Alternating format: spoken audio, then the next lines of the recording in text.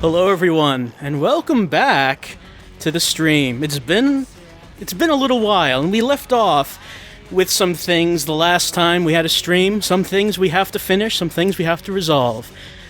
But there's also some new things that we have to get to. You probably remember that once upon a time, we did try to get ourselves a vampire boyfriend. I'm sure you remember this. We spent quite a few weeks trying to do that. In the end, we had a bit of a surprise in that we never actually did get the vampire boyfriend, but that was your own choice. You decided to go with the vampire girlfriend. Well, there is a sequel.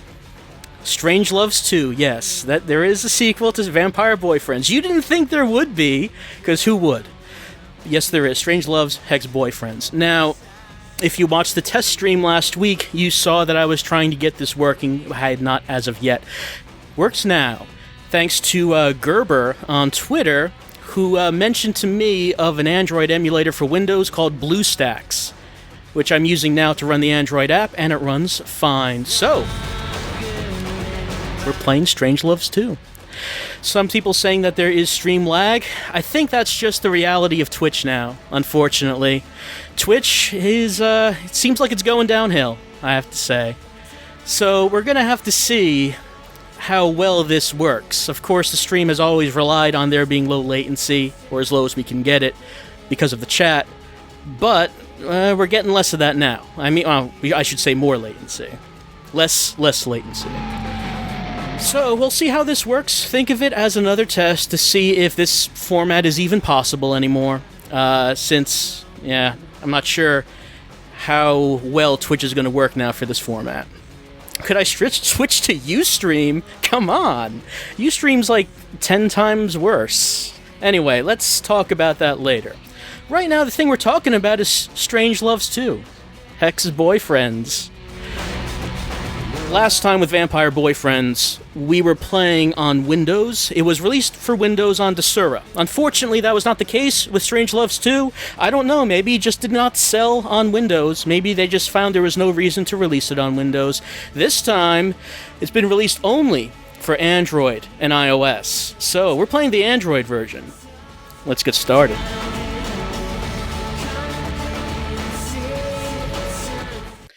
It seems that Tin Man Games, the creator of Hex Boyfriends, has taken some advice from Vampire Boyfriends and I guess decided not to have the music play all the way through. I don't know why. That seemed like such a good design choice. Of course, since the music stops, I actually like the theme music for Hex Boyfriends a lot more than Vampire Boyfriends. But there's no music that plays during the game itself, which means we have to, earlier than I expected, come up with our own soundtrack. Well, I don't really know too much about Hex Boyfriends, because I'll be learning all about it just the same time you are. So, since it's about hexes, it's about witches, magic, evil stuff, I would assume, evil supernatural stuff, I thought maybe an appropriate soundtrack would also have to do with the dark and supernatural, so at least for tonight we'll be playing this, accompanied by the soundtrack of Shadows of the Damned. So, hopefully, I think that'll be a pretty good fit. Let's see. No, wait, hold on. This is not the first page. I need to restart this, I think. Strange Loves. I thought I said last time I was in here that I wanted to restart the book. Yes. I went a few pages in. I'm not spoiled, don't worry. Just for your own sake to make sure that this works. Okay. So, apparently, these are going to be the two main Hex Boyfriends. Just like we saw the Vampire Boyfriends in the beginning of that game. Okay, he's saying it's not a normal book, it's better, in that we choose our own path through the story. By the way, since this is Android, meant for a narrow screen, we're only seeing one page at a time instead of 2 pages at once like we did with Vampire Boyfriends. So we see less at once, which creates more of an opportunity for surprises. Okay. We have a choice to make, chat. We're gonna have to choose a name and choose a gender. So, chat,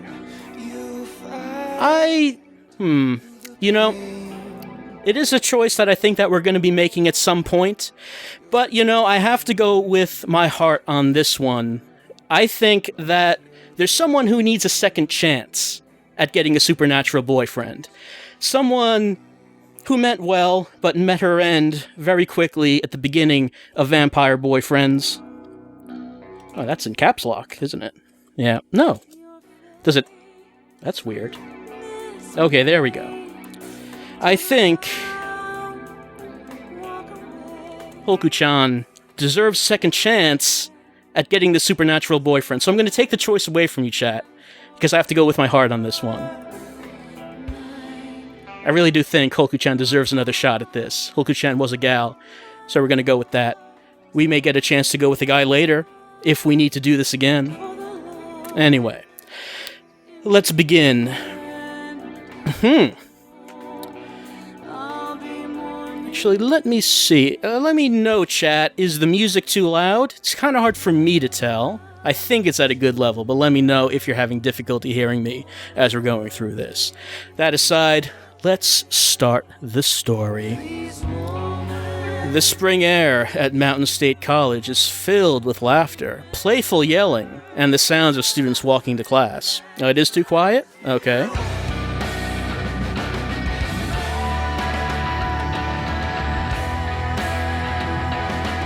Alright, that should be a little louder.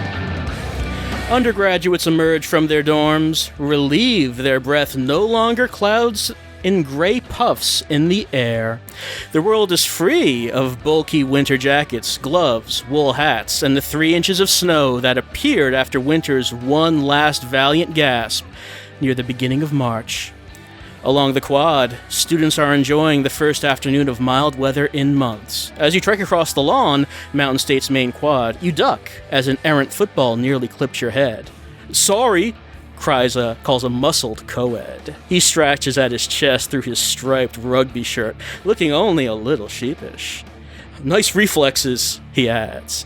You raise your hand, wink, and then walk on across the grass. Is it too loud now? Okay, I'll go halfway on that then. As you stroll around a group of frisbee players and a few couples that sit studying in the grass, you consider the last 3 years here at your chosen school. The education you're getting is sure to land you a job. Haha, yeah, go on believing that when the time comes, but you're not sure. You're ready for school to end. So, apparently, unlike Vampire Boyfriends, in which I believe we were just entering college, in Hex Boyfriends, we're a senior. We're in our final year and have very unrealistic expectations of what happens after that. Especially if it means having to move away from most of the people you've met through your Wiki group. The family you've made have brought your latent talent to the forefront of your being, allowing you to feel and see the world in ways you never thought possible. Every breeze through the trees is a breath sighed by the earth. Every burbling stream, the lifeblood coursing through this planet's veins. And your power. You flex your right hand, feeling the tingling vibration, the force of your will, waiting for the words of a spell to unleash the pent-up magic. You unclench your hand, waving it towards a group of flowers in the mulch on the quad, and whisper a word. The violet stretches towards the sun, and the petals of the small tulips open and deepen in color. You smile and move on to the cobbled path towards your dorm. So, okay, we begin already having hex powers. We're not being introduced to this like in Vampire Boyfriends. We already know all about witches. When you unlock the door to your room, you're hit with the sudden realization that you have a 4-page paper due tomorrow. How did you forget? If you're a history major, turn to 2, photography major, turn to 3, biology major, turn to 4. Okay, chat. You got a choice. We need to know, we're not deciding a major because we already have a major. We just have to remember what it is. What was it again? Was it history, photography, biology? What was it? Oh, and we're a senior and we should remember this already. We obviously must have chosen our major a while back. For some reason we can't seem to remember this. It seems that the chat is very much in favor of photography. All right, a little bit surprising. I thought you would have been more into the sciences. So let's go with photography.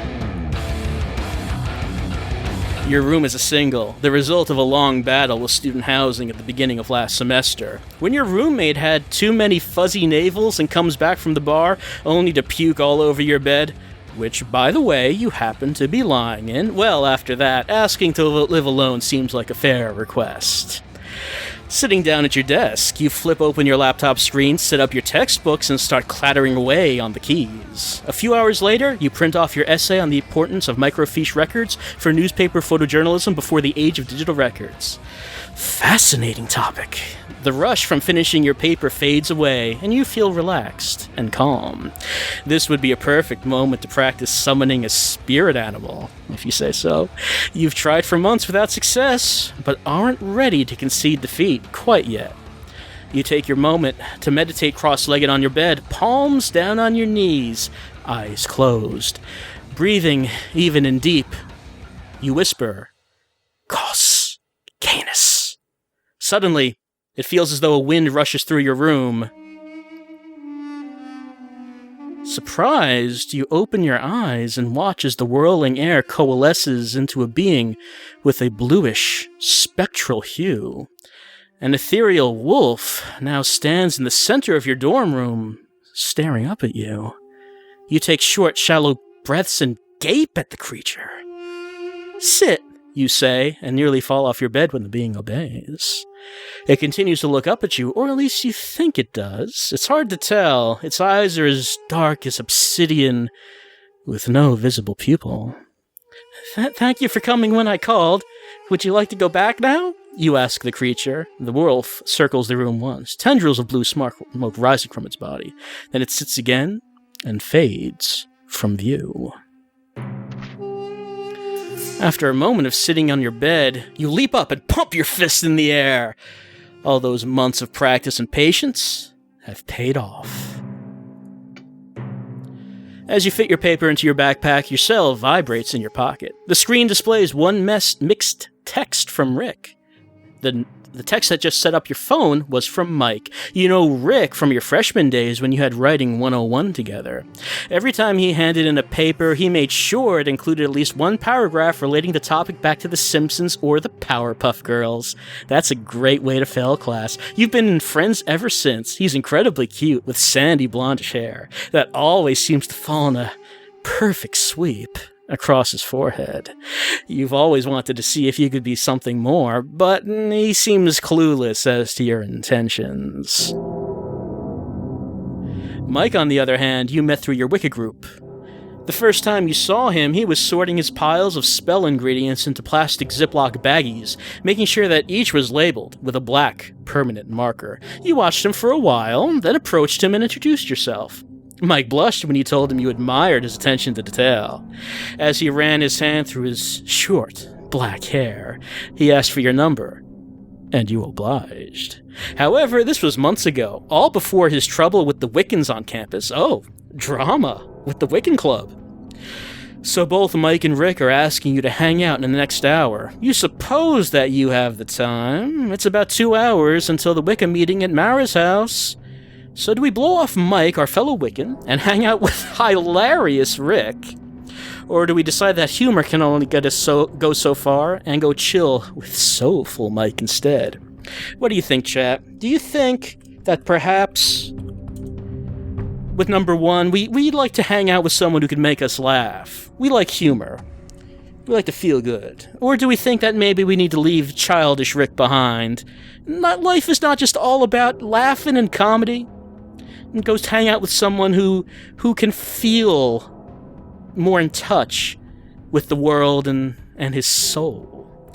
Yeah, it's kind of close, but Mike is pretty consistently in the lead, so we're gonna go with Mike. Payne DFA, are you suggesting that this is somehow inaccurate when it comes to the subject of Wicca? Well, I think Strangelove's 2 Hex-Boyfriends is probably an expert in this area. I'm not sure what you're talking about. You meet Mike outside of the O'Keefe Fine Arts Building. He's leaning against the brick facade out front, one sneakered foot pressed up against the wall behind him. He's dressed in a red plaid button-down shirt and black cardigan, one hand holding a cigarette, the other stuffed in the pocket of his skinny jeans. He flicks the cigarette butt as he sees you approach, smoothing down the front of his shirt. "Hey," he says, and gives you a quick hug. He smells like the cigarette, but also more pleasant, musky odor of shampoo or soap. "Hi," you say back. "Long time no see." In fact, the last time you saw Mike was when the Wiccans were kicking him out of the group meetings. The accusations were flying. Mike was attempting to use dark magic. He was attempting to raise the dead. He was considering using... Wait, why are we hanging out with... He was considering using human sacrifices. He denied it all, but was still kicked out. You never did believe any... I would hope we didn't believe the allegations, and that we're not hanging out with someone who we believe actually wanted to sacrifice people. No one ever presented any evidence to make you believe Mike would do anything blatantly evil. Mike motions towards the double doors of the building. Music trying to warn us? Let's see. Now that we know something about Mike. "Want to come in? I've been working on something, and it might be ready for a second opinion." You walk side by side with Mike through the halls. Each corridor is decorated with student art. Paintings, sculptures, and photographs line all the walls or are set in glass cases. One large piece made entirely of melted plastic coat hangers is suspending from the ceiling, spinning gently in the breeze from a nearby vent. You both duck underneath the sculpture and continue on into the dark room, where Mike opens the door and motions you inside. "Oh, hey. Since we chose photography, we can go inside. If we didn't, we would have to go the other way. No choice here. We're a photography major, which means we have to go into the dark room for some reason." As you enter the dark room, the overhead fluorescent lighting buzzes and flickers. You note the familiar booths with several enlargers. What? It's a photography thing, I guess. And you duck under the drying line tied from one end of the room to the other. The counter behind you with the sink is already prepared with the various shallow tubs filled with developing chemicals. A few common spell components are also on the counter. Echinacea flower, golden seal, and ginger, along with a few you don't recognize. Mike clearly planned all this out before you arrived. Mike flicks the switch, turning off the fluorescent lighting and illuminating the overhead safe light. As the bright white lights are shut off, a dim red glow bathes the narrow room. As the red light fills the dark room, everything feels closer together. Almost cozy.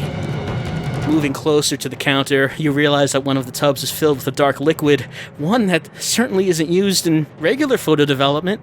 You inhale the familiar odor of vinegar from the stop bath in one of the filled tubs.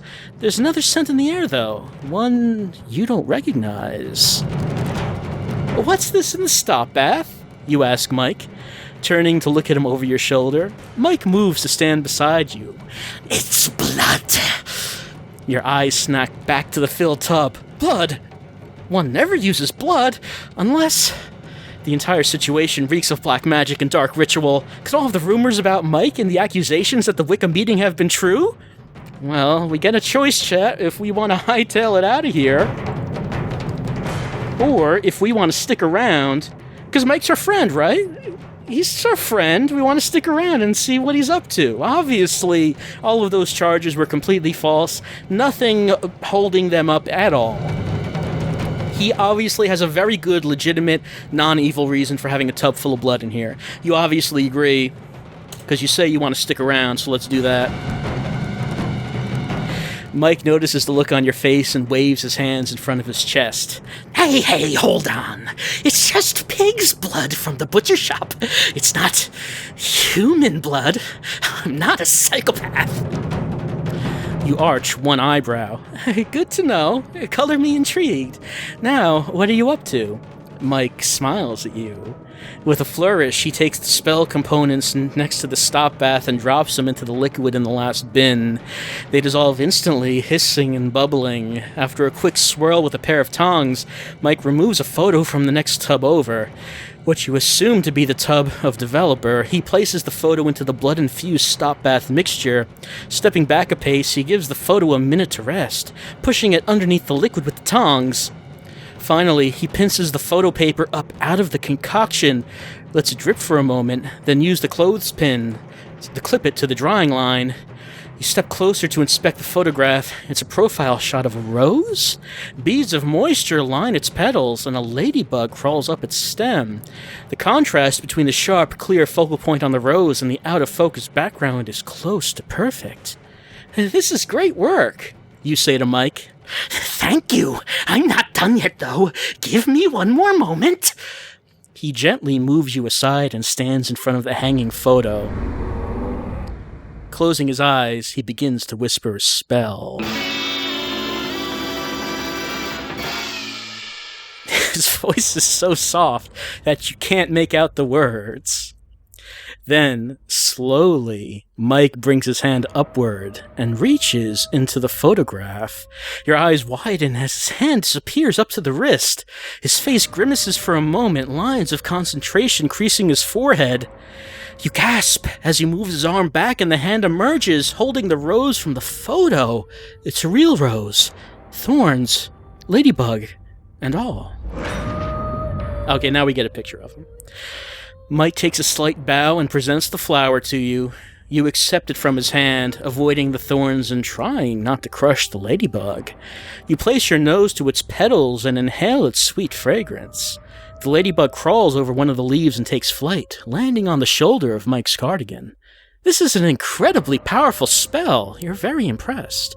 However, you're still not sure about Mike's ethics. It would be very easy to misuse this charm. Alright, chat. Using pig's blood to make your photos become reality? I don't know about that, but do we want to go on an ethical rant, or do we want him to teach us how to do that? Yeah, I mean, really, even though we might have misgivings about how this can be used, yeah, totally teach us how to make our photographs become reality. It's not even really a choice. That's the most amazing summoning spell that I've seen, you tell Mike, and it looks like it's so simple. He smiles at you. That's because it is, actually. I went through a lot of trouble acquiring the grimoire that it's in, but it's all worth the effort. You lean against the counter, careful not to disturb the tubs of liquid. Grimoire, huh?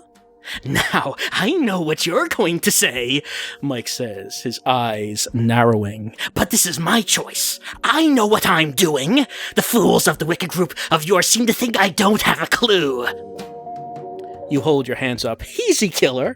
I'm not judging you. I only wanted to ask you if you teach it to me. Mike stops mid-tirade, then smiles. I'm sorry. I have a tendency to get defensive. I just want you to know whenever I do that voice, I'm hunching over a little bit and rubbing my hands together. He looks sheepish for a moment, but then his smile widens. But yes, absolutely. I'm always willing to pass my knowledge on to others. This particular spell comes with a price. You raise one eyebrow at him. I'm a college student. I don't have any money. I had to push my car to the gas station last week just to fill it with $5 of gas. Mike laughs. I'm not talking about money. In exchange for me teaching you this spell, I want a kiss. You're sort of surprised, but then again, he didn't want to meet with you alone in the dark room with this sexy red light. Well, chat, what do we think of his offer to trade? A kiss for potentially unlimited photographic power. Most of you are saying to oblige him that it's worth kissing him in order to get this power. Ultimate power. I can see what your priorities are, chat.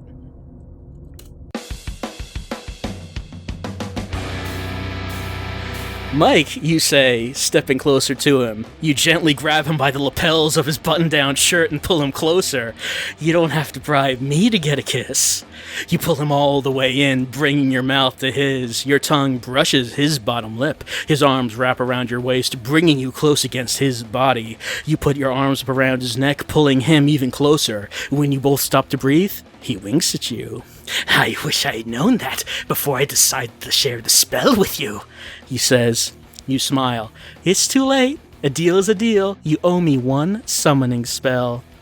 Mike lets go of your waist and steps over to the counter. My word is good. Here, I'll show you now.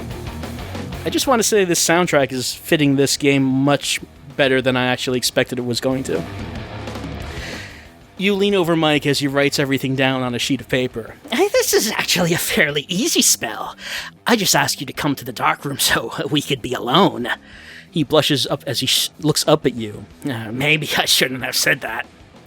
It's okay. Very smooth. He clears his throat.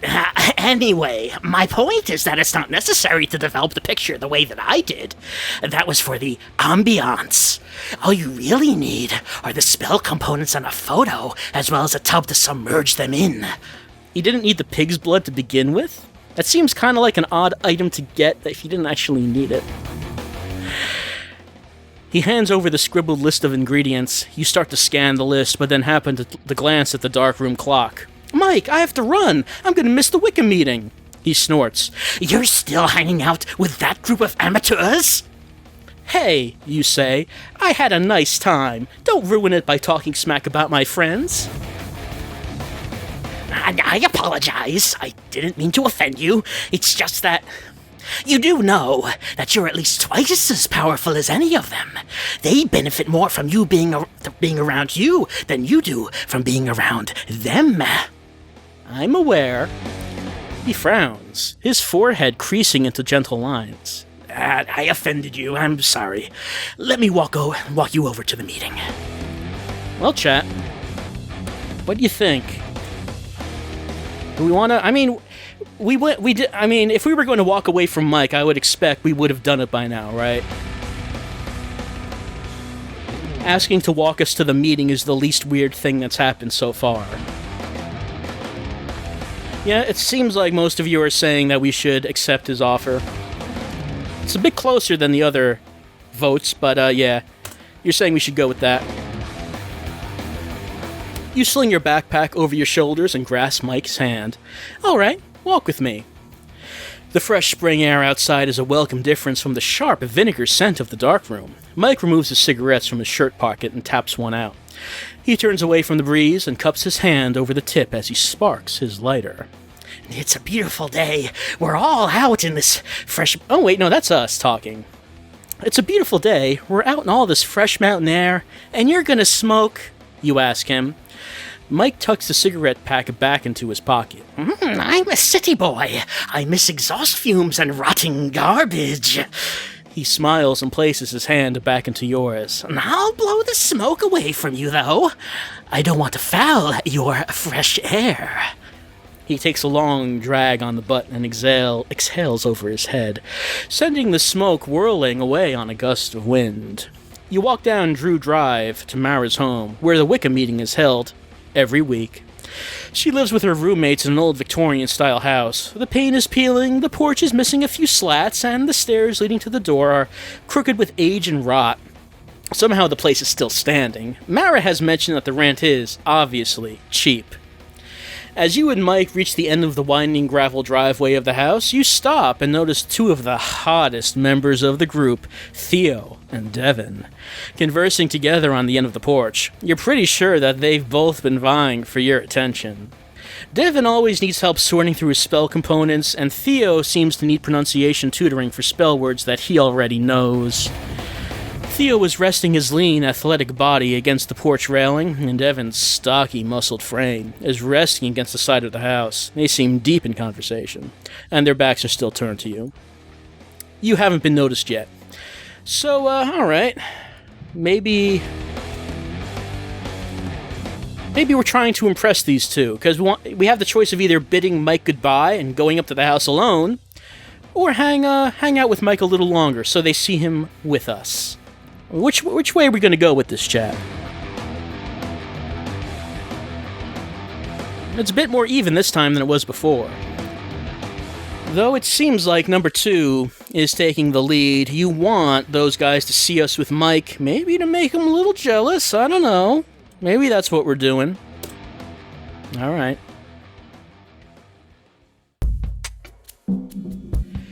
You walk with Mike partway up the gravel driveway, shoes crunching over stones. Soon, Theo and Devin notice the sound of your approach and stop their conversation.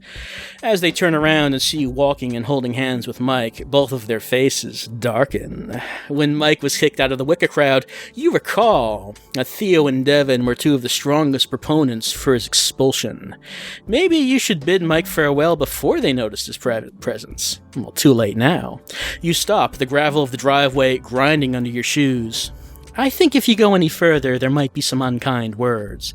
Mike laughs, clenching his fists. There'd be more than just empty threats. I could take them both on.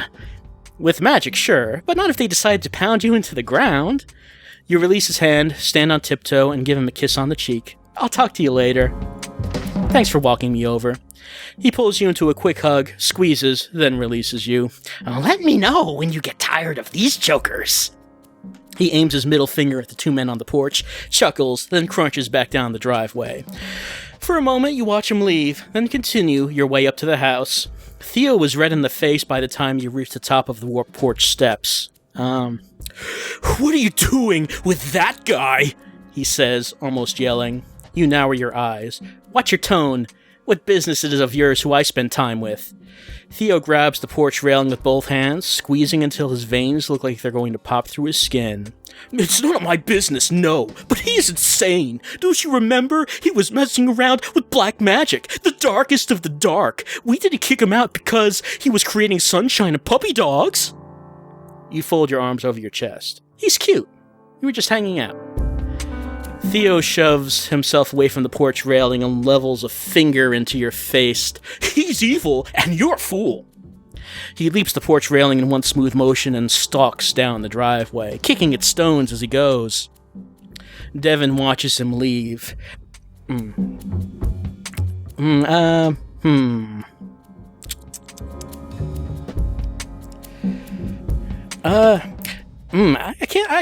I don't really know anything about Devin right now. Devin seems a bit calmer.